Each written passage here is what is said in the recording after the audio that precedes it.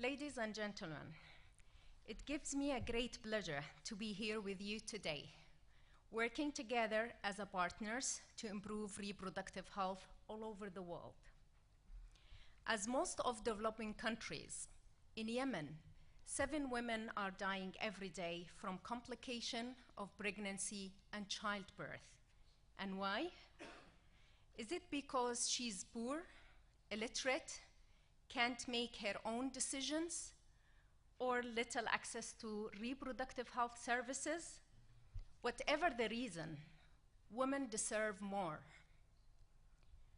And for this reason, we have to be innovative, especially when it's related to reproductive health and women empowerment. In order to accurately prioritize our country-focused interventions, an evidence-based solution and innovative practices are required to strengthen the health system and provide practical solutions to bring an end to aggravated suffering of women in more than 133,000 scattered population sites across 500,000 square kilometers. With the government commitment and the support of development partners, improvement have been recorded in reproductive health family planning indicators, where the 2010 estimation of maternal mortality rate reached 210 per 100,000 live births, compared to 365 in 2003, and a fertility rate dropped from 6.1 per woman in 2003 to 5.2. Our innovative interventions are created to overcome challenges at a policy and a service provision levels.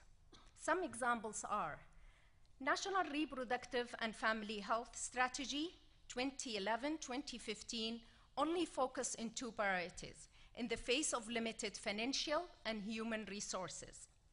Ministerial decree made a provision of contraceptives free of charge in the public health services. Task shifting for midwives.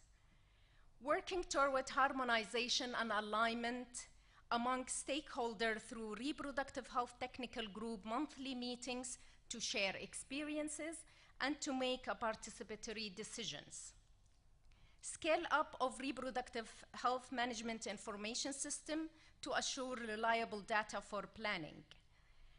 Scaling up of quality improvement program nationally, and of the package of 8 postnatal best practices from 1 hospital in 2008 to 86 health facilities in 2011.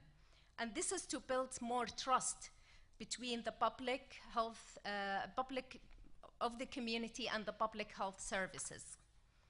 In a partnership with the private sector and the non-governmental organization, family planning commodities are now distributed through their channels by social marketing and community-based distribution, home-based and integrated outreach services through mobile teams to increase the coverage of reproductive health, family planning, and maternal neonatal child health services, particularly to scattered populations.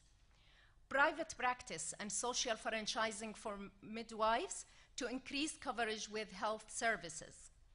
Training of religious leaders, journalists, youth, health volunteers, men and women on reproductive health and family planning messages. And creating a demand through the gender generation dialogue, and especially in a very issue to ban the childhood marriage in Yemen. I trust this dialogue will be a great opportunity to overcome all the obstacles towards serving women's health and a forum of exchange experiences and information.